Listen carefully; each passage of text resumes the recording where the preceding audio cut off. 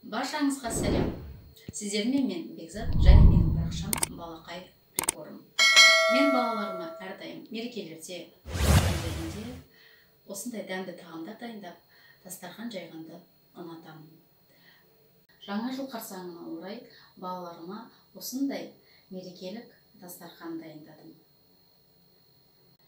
Таныстырып өтсем, бірінші ыстық тамаққа пеште піскен тауық етінен кебаб дайындадым.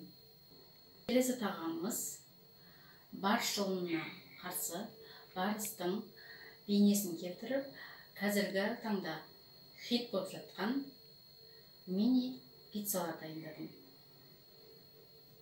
Келесі жаңа жылға орай ең тәтті шырша дайындадық, шоколадты шырша. Мандаринсіз елестету мүмкін емес. Сондықтан біз мандаринді рулет дайындадық. Өте дәмді және нәзік. Одан кейін менің балаларым сүйікті салаты, дәруменге толы салат. Өте дәмді салат. Келесі міндетті түрде жеміс жидектерден фруктовый нарезка.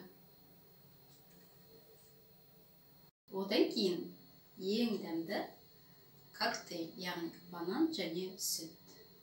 Тұрғандарыңыздай, дастарханымыздың барлығы өте дәмді, пайдалы, құнарлы, өз қолымызбен үйден дайындаған мерекелік дастархан. Дайындалған барлық тағамдардың ссылкасын осы видеоның астында қалдырамын. Сол жерден толық көре аласыздар. Баршаңызға рахмет. Балаларға ас болсын. Баршаңызға келе жатқан жаңа жылыңыз құтты болсын. Жаңа жылды жақсы қарсы алуларыңызға тілектеспін.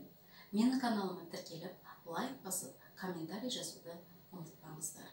Баршаңызды жақсы көремін. Рахмет.